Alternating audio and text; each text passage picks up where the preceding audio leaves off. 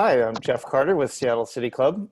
Today, as part of the Civic Bootcamp on Racial Equity and Systemic Racism in Seattle, I'll be talking with Elmer Dixon, diversity consultant and co-founder of Seattle's chapter of the Black Panther Party. Welcome, Elmer, and thank you for joining me. Thank you, it's my pleasure. So we'll just go back in time. What is your history with the Black Panther Party and activism in Seattle? Well,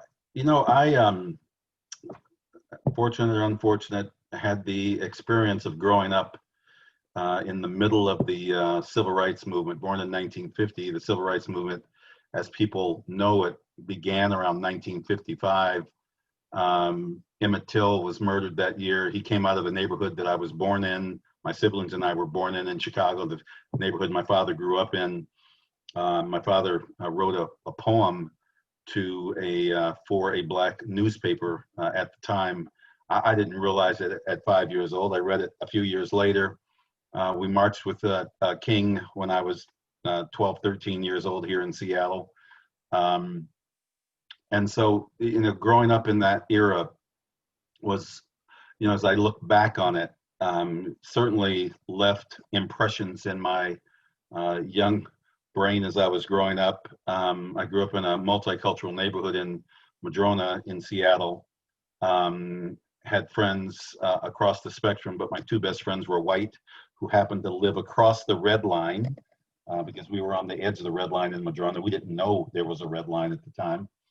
But those experiences combined together, my parents having friends that were Jewish, we used to go over their homes for Hanukkah and Passover.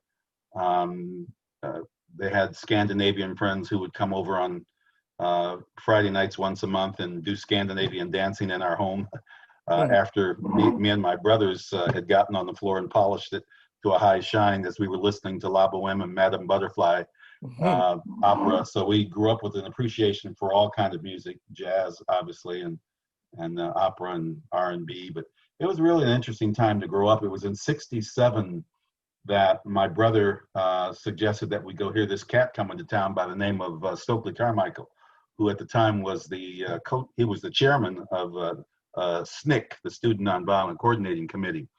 And it was at a time when the Black Power movement was emerging in '67, and the attitudes of young blacks was shifting from turn the other cheek to slap someone back, as Malcolm used to say. And after hearing Stokely, it really awakened the black community here in Seattle. There were hundreds of people there to hear him speak. It awakened me to a reality that I hadn't really thought about deeply.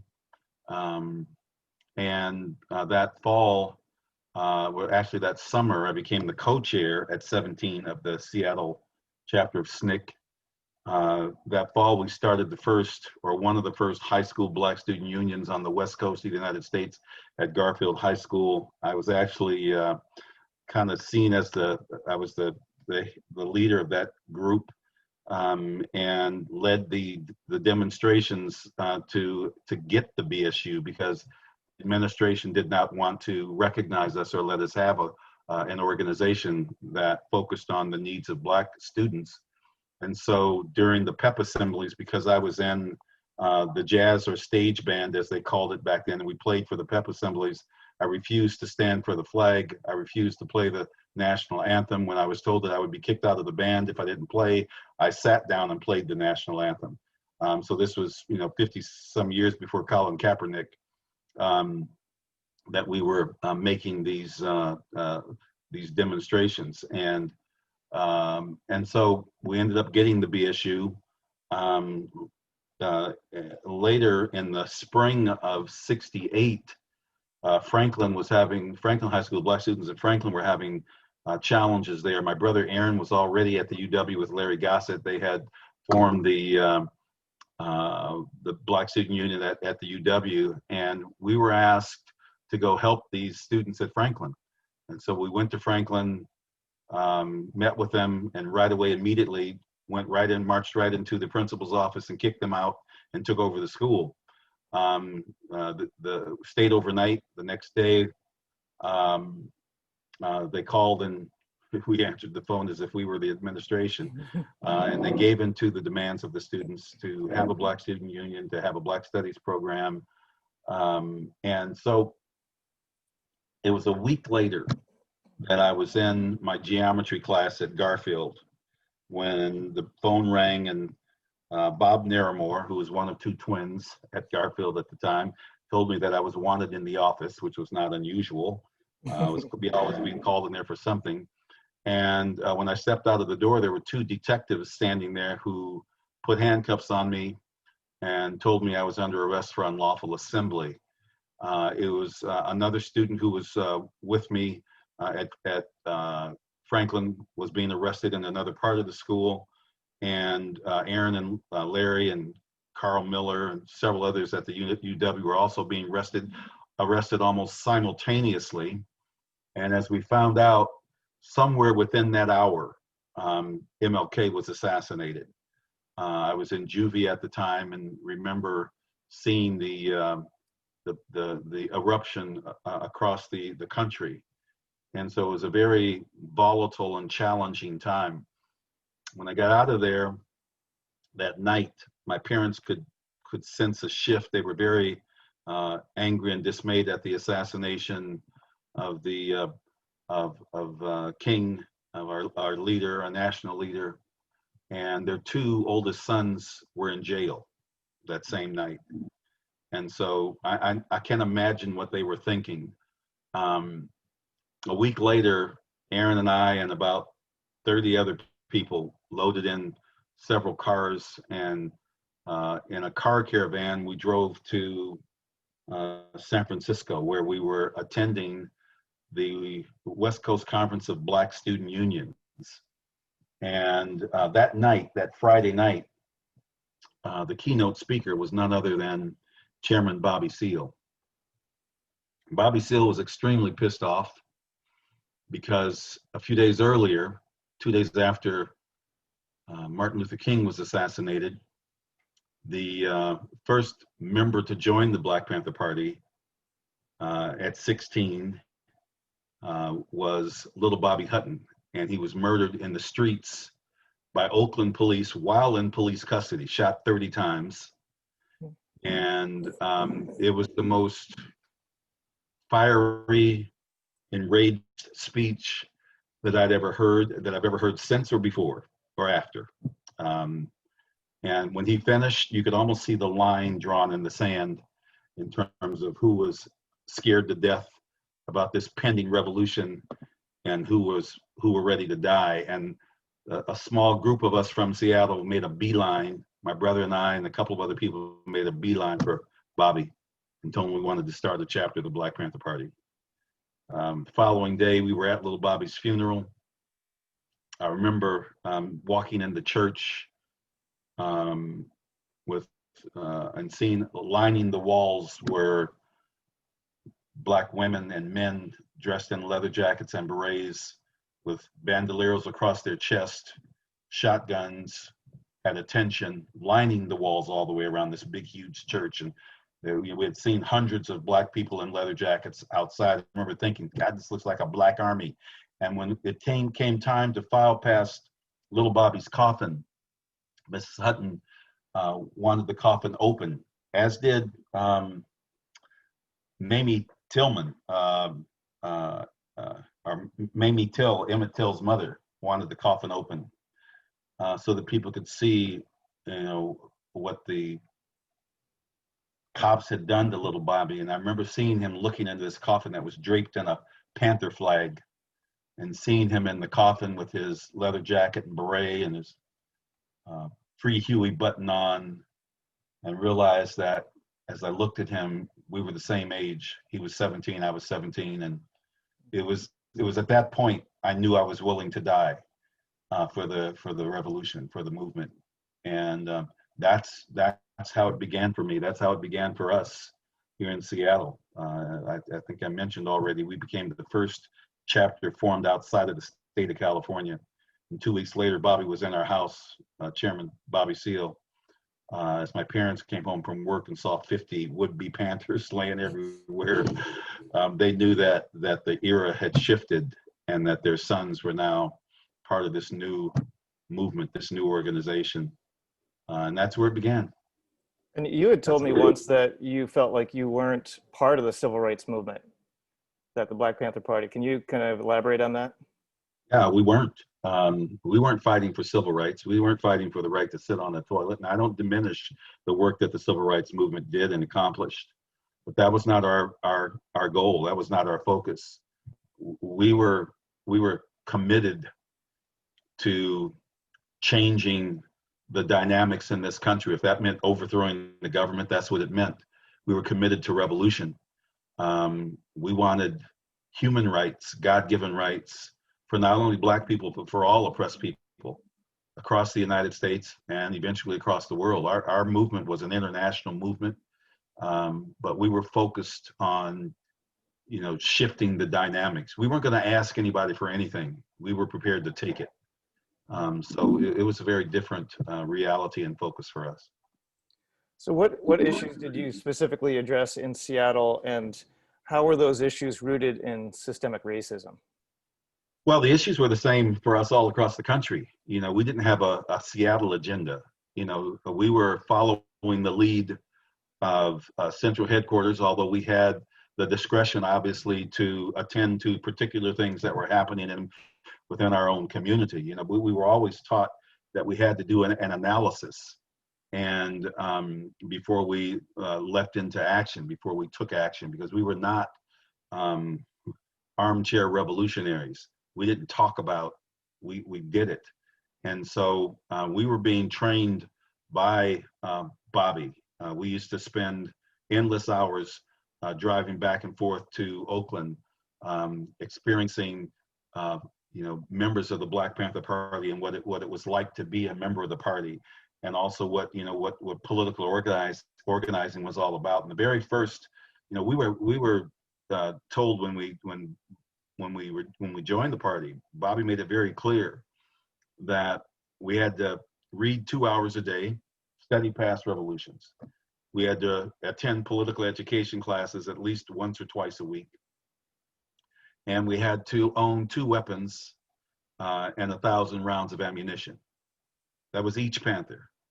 And he told us that, when you stand on the right side of justice, when you stand up against this racist, brutal nation, that they're going to come after you. They're going to come to kill you. They came after Martin and they murdered him. No one believes in the Black community this lone gun theory. Neither did the King family. And so they came after him. They came after Martin. They came after Medgar Evers. They came after little Bobby, and they were coming for us. The difference for us is that when bullets came in our direction, they were going back in the other direction. We were going to defend ourselves. When the party started, it was called the Black Panther Party for Self-Defense. So when we looked within the conditions within our community, the party was founded around the 10-point program and platform, which gave us direction. And one of the points in the 10-point program, I believe it's point number 7, says we want an immediate end to police brutality and murder of Black people. Well, that was the very first item on the agenda. And so the very first thing that we did and that we organized in Seattle, like they had done in Oakland, was the Police Alert Patrol, where we were armed with shotguns and law books, and we would follow cops around when they came into the community and made sure that they weren't harming or brutalizing someone. We had set up a network throughout the community. If someone saw something, see, there were no cell phones back then, obviously, but if someone saw something, get on the phone and call the Panther office, because we would be there. And so we responded initially, out of the need to make sure that the community was going to survive. We responded by being there for them. And that was the very first program that we started, was the Police Alert Patrol. On the heels of that, and also as part of that, was our Community Control of Police program. See, we started talking about community control of police at that very moment. And in fact, had crafted a community control of police program that included, among other things, that cops that patrol in our community should live within the community. We were talking about, community policing way back in, 1968. A lot of people don't know that or understand that the things that they're talking about today in this Black Lives Matter movement, we were doing that 50 years ago. We weren't just talking about it, we were doing it. We were instituting this program, this community control of police. So the analysis was ongoing in our community. The very first program after that, the second program that Seattle started, which was also the program that Central Headquarters started, through analysis, was the fact that our kids were starving within many Black communities. And so we started the Children's Free Breakfast Program. The first Children's Free Breakfast Program was in St. Augustine's Church in Oakland in February of 1969. Ours started days after that in the Madrona Presbyterian Church. We ended up opening 5 breakfast program centers, and we ended up feeding 2,000 kids a week for the next 12 years. We embarrassed the federal government into launching a breakfast program and lunch program in the public schools. A lot of people, of course, don't acknowledge or recognize or understand that the breakfast programs that are in the schools began with the Black Panther Party. And so that's what we were doing. We had a number of other programs that we started: free legal aid, senior care, pest control programs, the free busing to prisons program, tutoring programs, tutoring for inmates. We continued to build programs to serve the community, and we called them survival programs pending revolution. We just didn't put a program together and say, "Ooh, we're a community service organization." That's not what we were about. These were programs that were going to allow people, give people the ability to survive this racist, decadent society while we were building a revolutionary movement. So we called them survival programs pending revolution, and that's what we did. So what do you think is the legacy of systemic racism on current issues today? I know that you addressed a lot of those in the past. What's happening today in your view? Well, it's to be quite blunt, Jeff, it's the same old shit. You see, systemic racism, when you use the word systemic, that means it grows from a system. That means that it permeates through all of a society. And the systemic racism in this country began when the country started at the birth of this nation with slavery. You create a constitution that says liberty and justice for all, but it's really liberty and justice for some. I hear a lot of detractors say, well, Black people aren't the only people that were enslaved. There's other people that have been enslaved. Yes, however, when you look at the systemic racism in this country, Black people were dehumanized during slavery. Dehumanized to the point where we were considered, 1/5 of a man, or whatever that equation was. And so we were depicted as animals or lower than animals, or at least right there at the same level with them throughout history. And so the systemic racism, when you look at the Civil War, and you look at the end of slavery, at least chattel slavery, you look at Reconstruction, you look at Black communities that built and established, societies that were burned to the ground, as in Black Wall Street and many others. People point to Black Wall Street, but Black Wall Street was not the first, it was not the last, and it was not the only. The first time a bomb was dropped on US soil was dropped on a Black community by white racist farmers, crop dusters. And so, all throughout history, the objective has been to deny Black people not only their rights, but their ability to live freely and succeed. It's amazing that Black people have come as far as we have and have survived the systemic racism in this country. When Blacks began to move into the inner cities in the 50s, the government created suburbs and subsidized those suburbs so that whites could have a nice, safe place to live. And those suburbs were given countless dollars, endless money to put the best schools in place, while the inner city schools suffered. And so as a result of that, of course, if a black person was going to climb out of poverty, was going to be educated, the ladder just got steeper. The rope got longer. That's systemic racism. And it hasn't ended. It hasn't stopped. It's been continuous, the impact of racism. You know, the fact that black people have been standing up and talking about and asking for and demanding reparations. You know, every other culture in this, you know, that has been, you know, brutalized and oppressed. Native Americans have been given land. Japanese were given reparations for being put in concentration camps during World War II. Jewish people have been compensated because of the atrocities of Adolf Hitler. And even this country, although this country wasn't there, they ignored it. And so they're still paying reparations to Israel. Not a freaking dime has been given to black people, not a dime. And so systemic racism runs deep, and it's not something that's going to be taken away or removed because we're in this current movement and people are saying I'm awoke and I'm gonna do better. It's we are miles away, decades away from repairing the injustices that have been done to black people in this country. I guess that actually leads to my question about the current social movement. Some people say the racial reckoning, the Black Lives Matter movement is.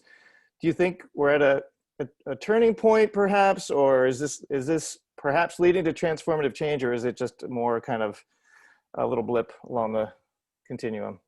All I can do is be hopeful and encourage these young people, black, white, brown, red, yellow, because they are at least out there demanding. They're out there pushing for change. And I hope it's not a blip. My words to them are: don't give up, don't take your foot off the pedal, because society is geared that way to make people get comfortable. This whole madness, is built around people becoming comfortable and more comfortable. The internet, Netflix, everything, make people comfortable, and people forget. You look at the hordes of people that are that are following this racist in the White House, and they just don't care. They ignore what they don't care that his tax returns were released yesterday and he paid $700 after making hundreds of millions. It's tax evasion, but they don't care. And so people have, they're geared towards forgetting short-term memories. And so the current movement, I believe there is an upsurge. I believe that people are pissed off, white, black, brown, yellow, red, at least for the most part. I also believe in the goodness of people, that eventually good will prevail over evil. I just hope people have the heart. I hope they have the determination. I hope they have the longevity to continue to push. Future generations are at risk. I have a high level of confidence. The group of people that I have the highest level of confidence in are second graders and third graders, because they are at least the more we can expose them to the reality, they are going to become the leaders of tomorrow. They will continue to push forward. I kind of jokingly, Jeff, think about, by the time we really are free, we'll be in the Star Trek era, or the Star Wars. When you look at the Star Wars movies, it doesn't matter what you look like. You could have an elephant nose and you're still going to be cool, right? Nobody bothers you because you look different. But hell, how many thousands of years ahead is that? So we got work. We got work. Never ends. what do you think it would take for, I think you've already sort of addressed this, but what do you think it would take to basically dismantle systemic racism? I know it's a big question, but especially here in Seattle, if you're looking at the Seattle region and this landscape, what needs to happen? Time, because people are entrenched, and the powers that be, the people that are in control, that have the power, they're not going to let go of it.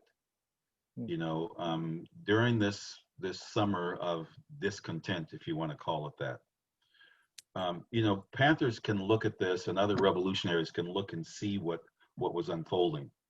When you had the peaceful demonstrators out demanding justice, and then you had fringe groups coming in and doing this and doing that. Most of us who have been there believe that most of the craziness was being promoted by probably the FBI or the CIA.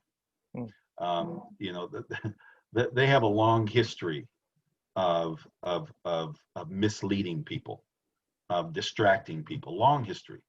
I don't have any belief that it's ended now, because I know what they did to the Black Panther Party. I know how they infiltrated our movement. We used to call them agent provocateurs. And agent provocateurs, their role, and I know they still use them. You just saw it within, after 9/11, when the agents would infiltrate a group of friendly, of nonviolent Muslims, or some that were on the edge, and sit down with them and say, let's go blow this shit up. And I know where I can get some dynamite. And these were agents of the government, of the US government, that were doing that to set them up so that they could be jailed and put in prison. They did the same thing with the Black Panther Party.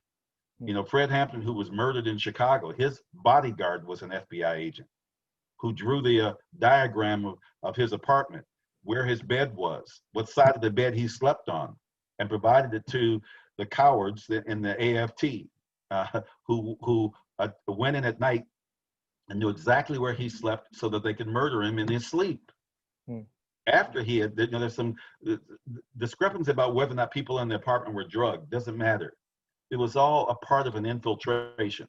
21 Panthers were indicted in New York that same year, the New York 21, for allegedly planning or plotting to blow up the Bronx Botanical Gardens. Tupac's mother was in that group. And that was an agent provocateur who went in and said, "Ooh, let's go blow this shit up," so they could frame members of the party. Well, so we've seen what they've done. We've seen what they attempted to do. One of my bodyguards that I had was an FBI agent. I didn't find out till 40 years later. Wow. He was trying to orchestrate my death. I don't know who was trying to orchestrate Aaron's death, because someone planted explosives in his shotgun, which blew up and almost blew his arm off. They were hoping that he would fire from the shoulder. He was at target practice, and if he had fired from the shoulder, it would have killed him. But it almost blew his arm off when it blew up. So there were assassination attempts on Aaron and I through agents of the FBI, and this was happening in chapters all across the country. And so we know what they're capable of.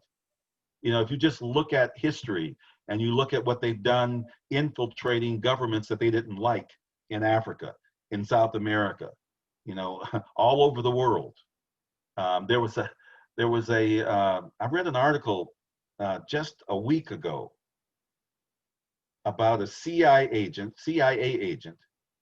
who was on his deathbed and confessed to assassinating Bob Marley, because Bob Marley was a threat to this government because of his revolutionary music. I have no doubt in the validity of that report. He used it was scary as you thought about what the capabilities. he acted as if he was a literary agent, a reporter wanting to get close to Bob, and befriended Bob, and this is his story, and gave him a pair of shoes. And when he met him on one occasion, and in the pair of shoes was a little nail that he had covered with a cancer-causing germ. And when Bob stepped into the shoes, he got that little bit of a prick. Mm. Now, this story has been verified. People might call it a conspiracy theory, whatever. I believe it because I know what they're capable of. And so when you look at this current movement and you look at how it already has been undermined, I can only say to those that are organizers is to stay the course, stay on your platform and your program that you've developed, and continue to push forward. And we may begin to see some shift. And so, this has been drawn up as an anti-police movement. It's not an anti-police movement. We've never been anti-police. This movement is not about anti-police. It's about anti-bad cops that are in the police department. We know that members of the KKK and the Bircher Society and others have infiltrated police departments across the country. You can see in their actions. This is not about all cops. This is about weeding the bad cops out, but it's also about making cops responsible to the community and making them peace officers the way they were intended to be. But so it's a process. So when I think about how this dynamic is going to shift, I can only be hopeful that there will be some impact. But the real shift is going to take long term. And I mentioned earlier that my faith really is in these young people, these kids, whose eyes are open, whose minds are they're like sponges at this point. And I was asked to speak at a white elementary school in Bellevue a couple of years ago. This was right on the cusp of as our 50th anniversary here in Seattle was unfolding. And the teachers had asked me to come to speak at Spirit Ridge Elementary. And I'd never been to Spirit Ridge, never heard of it. And I said, great, they wanted me to speak to second graders. So I come to the school. I got a shock, Jeff, when I walked into the school, because I saw these posters that said, laminated posters that said Panther principles. I'm thinking, shit, wow. But then of course I realized that their mascot is a panther. So I said, calm down. So I get into the classroom. There's about 30 or 40 kids sitting there, and another teacher comes in and says, can my kids join? I said, oh, sure. So another 30 kids came. There's about 60 kids sitting on the floor.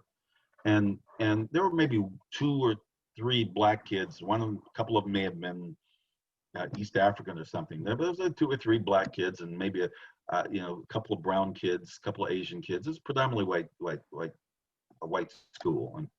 And for me and for Panthers, that's we worked with kids of all colors. We had a coalition. It didn't matter what color they were. It was just I thought it was interesting that here I was in Bellevue at a white elementary school talking to white second graders.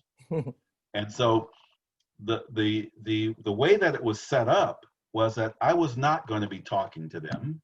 They were going to be asking me questions, and I was going to I was to respond to their questions. I'm thinking, okay, that's an interesting approach with second graders. However, the teachers had already schooled them on the Black Panther Party, on the 10-point program and our programs and the work that we did. So they were ready, these second graders. And so the very first question came out of this little blonde kid's mouth, little 7-year-old. And he said, with all of the vigor and excitement in his voice, he said, what was it like being on the police alert patrol? I was like blown away. Like, here's a 7-year-old, kid in a predominantly white school asking me with excitement, what was it like being on the police alert patrol? Because he knew what the police alert patrol was about. He knew it was about defending the community and protecting the rights of people. He knew that. And so when I think about that age group and how they're not brainwashed, their brains are sponges. And if you give them the truth, then they are going to absorb the truth. They know the truth they know the difference between truth and lies because they're inquisitive. They want to know why, how, why did this happen? They're inquisitive. They're not like adults who sit down, who have already made up their mind, who are saying, like regardless of what comes out of someone's mouth, they're still going to support them and believe them. They're not like that. They want to know why. If you've had kids yourself, you know that the probably the most popular thing that comes out, the regular thing that comes out of a kid's mouth is why. They want to know why, and so they're inquisitive and they want to explore. They want to understand. They're developing their young minds, and so it's important that they're exposed to real education, not this phony stuff that's being taught in the schools. There's a movement afoot now to make sure that kids get exposed to a broader education, a Black Studies program. And of course, the fool in the White House calls that racist. I'm not going down that path. But anyway, that's what's going on. Yeah. Well, I think we're about at time with our talk here. I really appreciate you taking the time. Do you have any just final thoughts? Like, what is your hope for the future? I know you've already kind of expressed this, but if you had any final thoughts. Yeah, my hope for the future is that young people will continue to be exposed to truth, because that's where the hope is that exposing these kids, young people, I'm talking about babies, young people, exposing them to truth is going to make them into the leaders that will shift the dynamic in this country. This current movement is a step in the in the right direction, but it's going to take a push behind it to move it forward. I may not see it in my lifetime, but I hope to see this current young generation rise to the occasion and begin to push these old bastards out of office and push these old bastards out of leadership and out of control of this country. That's my hope. Well, thank you so much for speaking with me today. I'm sure that the boot camp participants will really appreciate hearing your perspective and hearing the history of the Black Panther Party. Really, I very much appreciate it. I have to thank Alaska Airlines for supporting our Civic Boot Camp, our supporting partner. And yeah, take care and have a great day. All right, you too. Thanks for asking.